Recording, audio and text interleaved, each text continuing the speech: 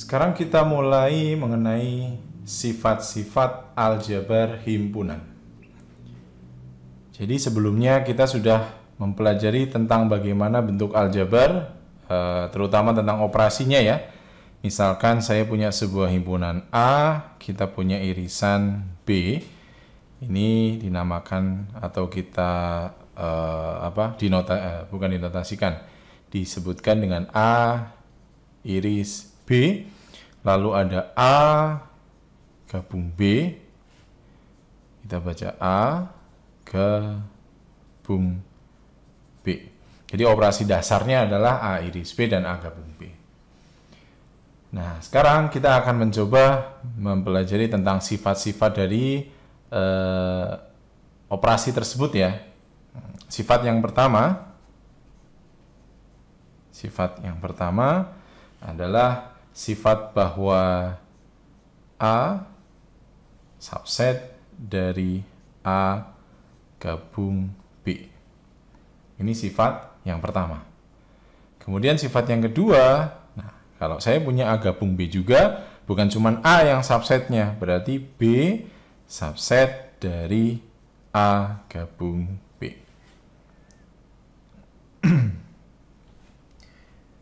Kemudian selanjutnya saya akan menuliskan di sini sifat yang ketiga. Kita sudah mengetahui mengenai tentang gabungan ya. Sekarang untuk irisannya berarti ketika saya punya A iris B itu merupakan subset dari A. Demikian pula yang keempat bahwa A iris B subset dari B. Nah, sekarang bagaimana caranya kita membuktikan sifat-sifat dalam kursus ini adalah kajiannya aljabar. Bagaimana caranya saya membuktikan bahwa A subset dari A gabung B atau B subset dari A gabung B. Caranya adalah di sini ada tekniknya ya. Ingat, saya punya tekniknya. Tekniknya adalah apabila kita akan membuktikan bahwa sebuah himpunan A subset dari himpunan B, maka yang kita lakukan adalah ambil sebarang X elemen A. Nah, nanti harusnya nanti diperoleh X elemen B. Maka apabila ini terjadi, maka kita bisa peroleh A subset dari B. Jadi seperti itu. Jadi semuanya nanti di sini saya akan menggunakan teknik yang seperti ini. Jadi ambil sembarang himpunan di kiri, maka nanti akan diperoleh himpunan yang berada di kanan. Kita coba satu dulu, kita tulis buktinya dulu ya. Kita tulis buktinya. Saya coba gunakan yang pertama dulu. Akan dibuktikan bahwa A subset dari A gabung B. Berarti gimana? Misal X adalah anggota sembarang dari himpunan A. Ingat ya, ini sembarang. Nah, karena X elemen dari A, maka secara verbal kita bisa mengatakan X adalah elemen A atau X elemen dari B. Ingat, kata atau ini berarti pilihan. Ya, kenapa kok saya menambahkan X elemen B? Ya, karena ini sudah betul sebenarnya. Cuma di sini saya kasih pilihan atau. Beda ketika ini dan, ini maka salah jadinya. Jadi ketika saya punya X elemen A, maka artinya adalah X elemen A atau X elemen B. Nah, selanjutnya apa? Selanjutnya berarti X merupakan elemen dari A gabung B. Ingat, startnya saya mulai dari A, ternyata kok X elemen A gabung B. Jadi gimana kesimpulannya? Jadi kesimpulannya adalah A subset dari A gabung B. Nah, jadi bukti ini bisa di-generalisasi atau bisa diaplikasikan dengan bukti yang kedua. Ini pembuktian sama.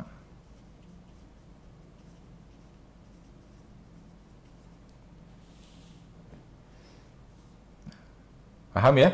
Jadi kalau misalkan kita akan membuktikan bahwa A subset dari A atau yang kiri subset dari yang kanan, maka kita ambil sembarang anggota di kiri, maka yang akan dihasilkan nanti yang kanan. Selanjutnya adalah sifat yang ketiga dan keempat. Saya tuliskan ulang ya di sini. Jadi sifat yang ketiga adalah bahwa A irisan dari B merupakan subset dari A. Pembuktian yang ketiga ini cukup mudah juga, berarti pembuktiannya adalah ambil sebarang X elemen A iris B. Nah, karena X elemen A iris B, maka diperoleh X elemen A dan X elemen dari B. Nah, dari sini kan kita sudah fix mengatakan bahwa X elemen AB, maka diperoleh X elemen A. Berarti kan sudah cukup ya. Sudah cukup. Kalau sudah cukup, berarti di sini kita peroleh bahwa A iris B subset dari A.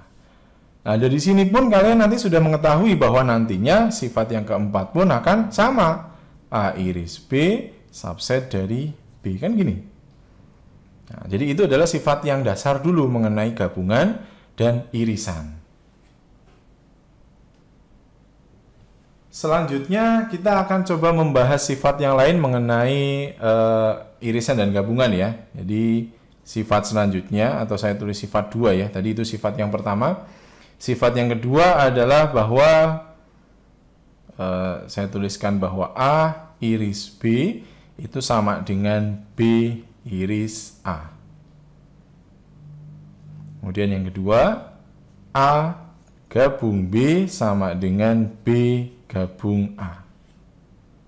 Lalu ada lagi, yang ketiga, A diiris B diiris dengan C, misalkan ada 3 himpunan ya, lalu misalkan ini saya kerjakan terlebih dahulu, akan sama dengan A diiris B irisan C. Dan yang keempat, berarti saya perlakukan untuk gabungan. Gabung dengan C sama dengan A digabung B gabungan C. Seperti yang kita ketahui bersama, ternyata pola nomor 1 dan 2 yang mengatakan bahwa yang kiri operasikan yang kanan sama dengan yang kanan dioperasikan ke yang kiri, atau kebalik ya di sini, maka ini dinamakan sifat komutatif. Demikian juga yang 3 dan 4. Yang 3 dan 4 itu dinamakan sebagai sifat asosiatif.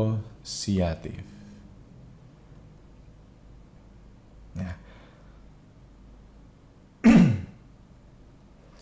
Dan ketika pembuktian ini, nah di sini kalau tadi tekniknya untuk A subset ya, tapi ini kita bagaimana caranya membuktikan untuk bagian yang sama dengan.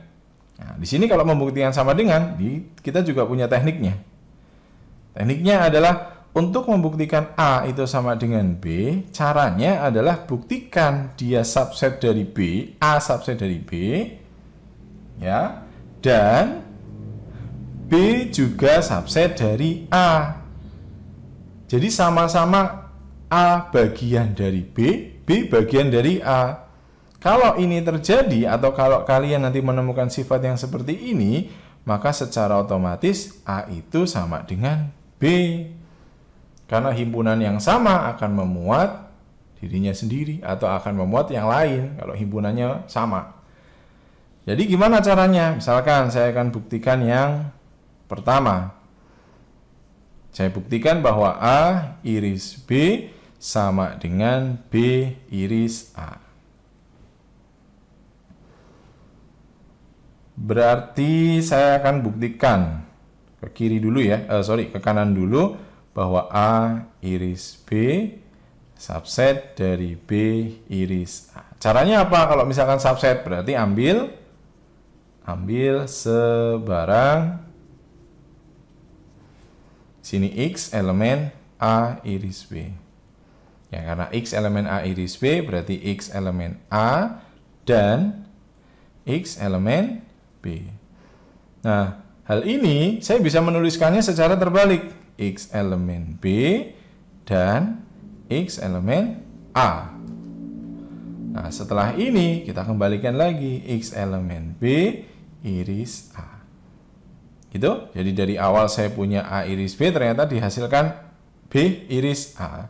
Jadi kesimpulannya adalah A iris B subset dari B iris A. Ini yang pertama. Ingat ya, yang pertama. Jadi ini dulu. Lalu kita akan buktikan secara kebalik, yang terbalik. Di yang terbalik saya rasa sama ya, pembuktiannya sama. Nah, kalau sama berarti menandakan bahwa A iris B sama dengan B iris A.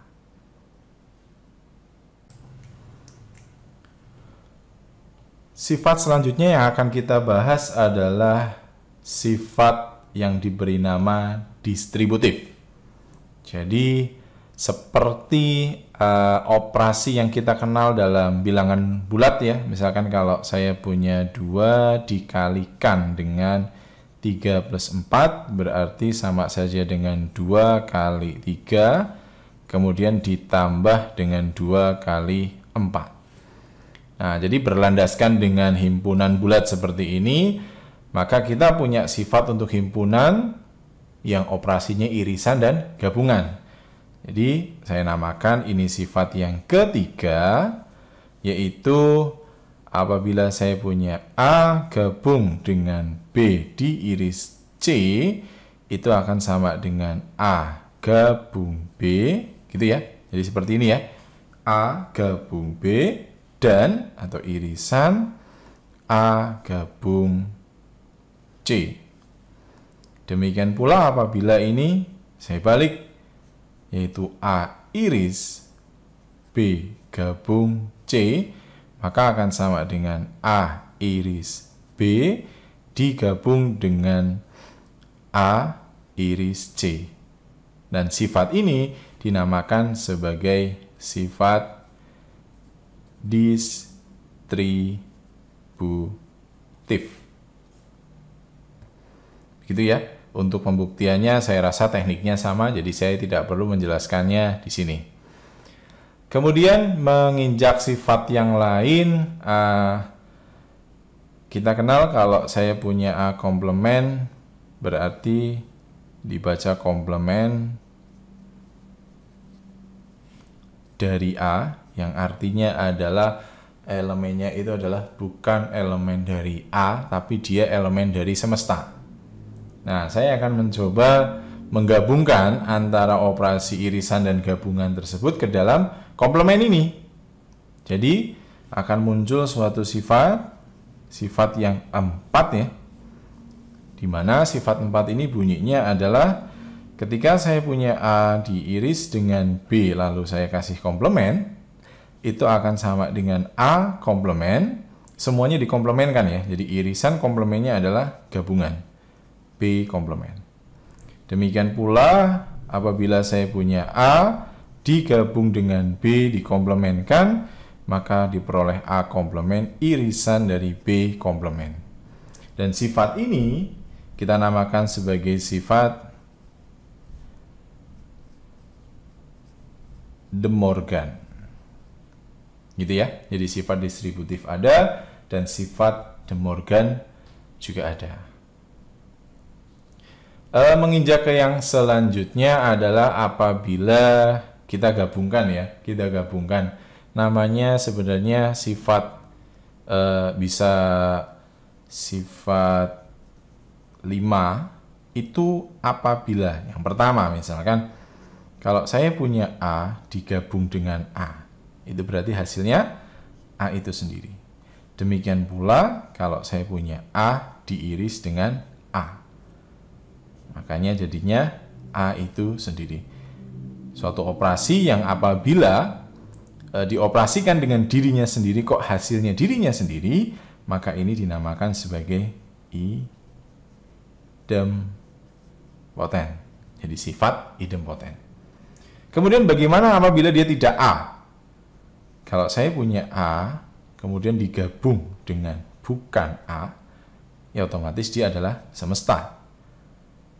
Saya namakan 3. Kemudian kalau A diiris dengan A komplement, berarti himpunan kosong. Ya, karena untuk himpunan dan irisannya pasti tidak ada anggotanya kan. Kemudian misalkan lagi, ada lagi sifat kalau saya punya A digabung dengan himpunan kosong, maka hasilnya adalah A.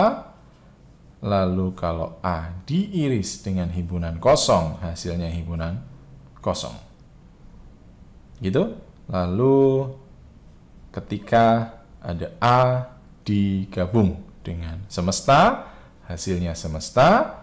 Lalu kalau A diiris dengan semesta, hasilnya adalah A itu sendiri. Jadi ini adalah sifat-sifat yang berkaitan dengan operasi himpunan, terutama pada irisan dan gabungan. Nah, yang perlu jadi catatan adalah inilah struktur aljabar ya. Jadi struktur aljabar itu berdasarkan atas fakta-fakta pada bilangan-bilangan bulat atau operasi-operasi standar.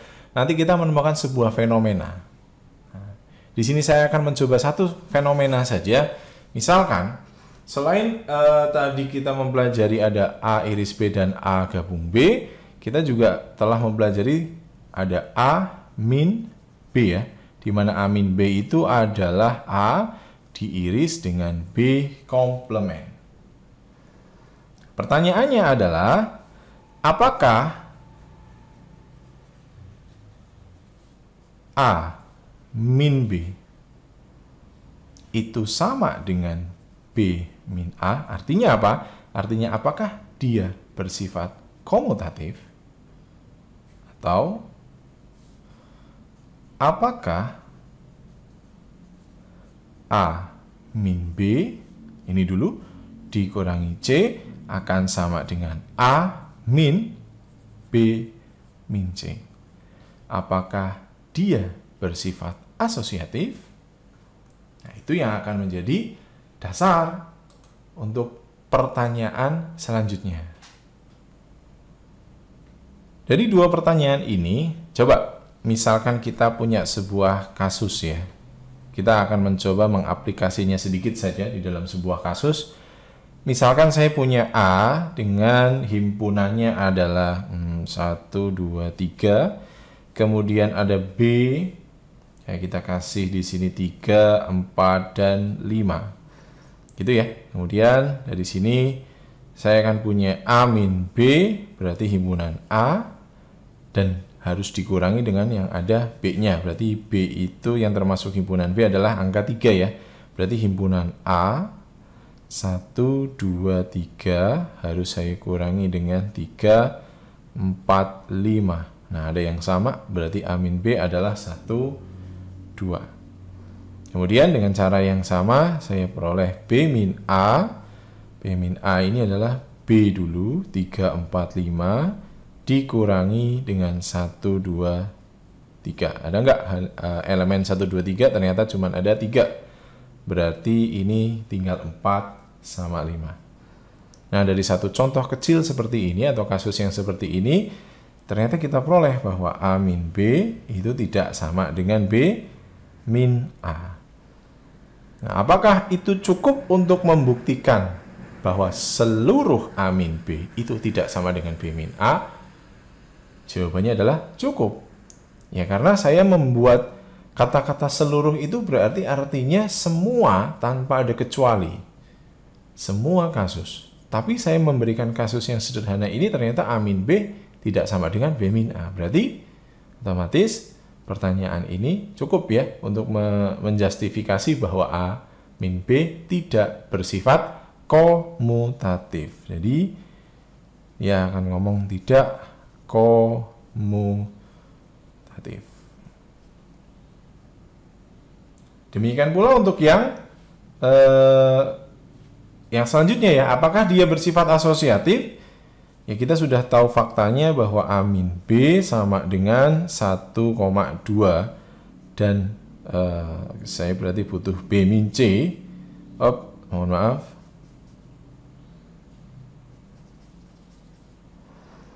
Jadi sebelumnya saya akan mencoba dulu untuk A itu sama, berarti harus ada satu lagi himpunan ya, B yaitu 3, 4, 5, dan yang C adalah 156. Nah, jadi mungkin saya akan pakai A min B, kita cek langsung jadi 1, 2, kemudian B min C, B min C berarti hanya ada 3 dan 4 ya. Lalu dari sini saya akan menuliskan A min B min C sama dengan apa berarti? A min B sudah ada ini dikurangi C, berarti cuma tinggal 2 ya. Lalu di sini pun berarti A dikurangi B min C. A-nya mana? A-nya adalah ini dikurangi 3 dan 4. Ternyata jawabannya 1, 2. Oke? Jelas? Dari contoh yang seperti ini kita punya bahwa A min B min C itu tidak sama dengan A min B min C. Atau artinya ketika operasinya adalah selisih, maka dia tidak komutatif dan tidak asosiatif. Nah, kita cukup menuliskannya seperti ini. Berikut akan saya jelaskan beberapa definisi yang terkait dalam aljabar, khususnya dalam struktur aljabar. Definisi yang pertama adalah mengenai pasangan terurut. Ya. Himpunan pasangan terurut atau ya kita sebut sebagai pasangan terurut itu ada 2 elemen ya. Jadi misalkan A, B, sedemikian sehingga A itu berada di posisi pertama, B itu berada di posisi kedua. Jadi yang dinamakan terurut nanti berarti urusannya dengan posisi ya. A di urutan pertama, B di posisi kedua. Nah dari sini, ini berarti mutlak. Mutlak itu tidak boleh dibalik berarti. Jadi ketika saya menuliskan sebagai B, A, ini artinya lain. Itu yang dinamakan sebagai pasangan terurut. Kemudian yang kedua, itu sebuah perkalian Kartesian. Nah, kita mulai perkalian Kartesian. Perkalian Kartesian, misalkan ada 2 himpunan, himpunan A dan B, suatu himpunan ya. Maka perkalian Kartesian dari A dan B ditulisnya seperti ini, A cross B ya, merupakan suatu himpunan yang isinya adalah pasangan terurut dari A, B, di mana A merupakan elemen dari A besar dan B merupakan elemen dari B besar. Misalkan di sini saya buat suatu contoh. Himpunan A isinya adalah 1, 2, dan 3. Kemudian himpunan B isinya adalah P dan Q. Nah, dari sini saya mendefinisikan A cross B itu adalah sebagai himpunan A, B dengan A elemen dari A besar dan B elemen dari B besar. Jadi kita harus data semuanya. Kalau misalkan A-nya 1, berarti B-nya bisa P. 1 dengan Q. Kemudian kalau saya punya ambil 2, berarti P, lalu 2 dengan Q. Itu. Dan yang terakhir berarti 3, P, dan 3, Q. Nah, ini merupakan sebuah himpunan Kartesian untuk 2 himpunan. Kita coba lakukan semacam sifat komutatifnya ya. Apabila saya punya B cross A, berarti otomatis di sini terbalik dia. Jadi P, 1, lalu ada Q, 1 ya. Saya ambil dari sini saja, lalu saya balik P, 2 dan Q, 2, lalu di sini P, 3 dan Q, 3. Nah, jadi di sini jelas bahwa A cross B itu berbeda atau tidak sama dengan B cross A. Selanjutnya adalah bagaimana kalau misalkan kita mempunyai 3 buah himpunan, gitu ya. Misalkan ada A, ada B, lalu saya punya satu himpunan lagi. Misalkan kita tulis di sini sebuah himpunan A, B, dan C itu adalah suatu sebarang himpunan.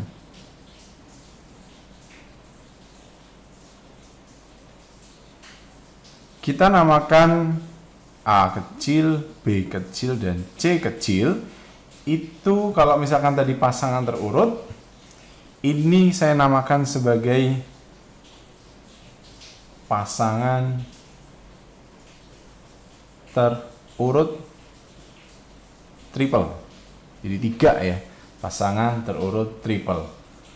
Nah, dari sini maka lalu memunculkan perkalian kartesiannya A cross B cross C, yaitu himpunan yang isinya A, B, C kecil, sedemikian sehingga A-nya elemen A besar, B-nya elemen B besar, dan C-nya elemen C besar. Nah, jadi dari sini kita bisa menemukan atau menggeneralisasi ya sebenarnya ya. Jadi ketika saya punya 2 himpunan, maka saya bisa membuat Cartesian produknya. Apabila saya punya 3 himpunan, maka saya juga bisa membuat Cartesian produk dari 3 himpunan atau pasangan triplet terurut ya. Nah, oleh karena itu, sekarang kalau misalkan kita punya A1, kemudian A2, kemudian A3, dan seterusnya sampai AN, kita punya sembarang himpunan, gitu. Jadi sekarang kalau saya punya sebuah N himpunan, ya dengan pasangan terurutnya misalkan A kecil 1, A kecil 2, A kecil 3, dan seterusnya sampai A kecil N, saya namakan sebagai pasangan terurut N tuple mungkin. Ya, pasangan terurut N tuple. Maka dari sini saya juga bisa membuat A1 cross A2 cross A3, Cartesian produknya sampai AN. Dengan definisinya berarti apa?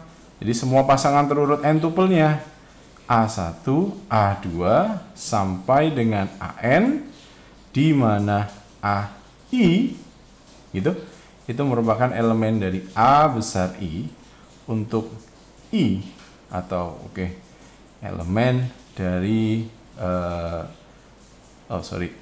saya tuliskan begini saja, I sama dengan 1, 2 sampai N, kemudian saya tutup. Begitu. Jadi ini adalah untuk Cartesian produk N himpunan.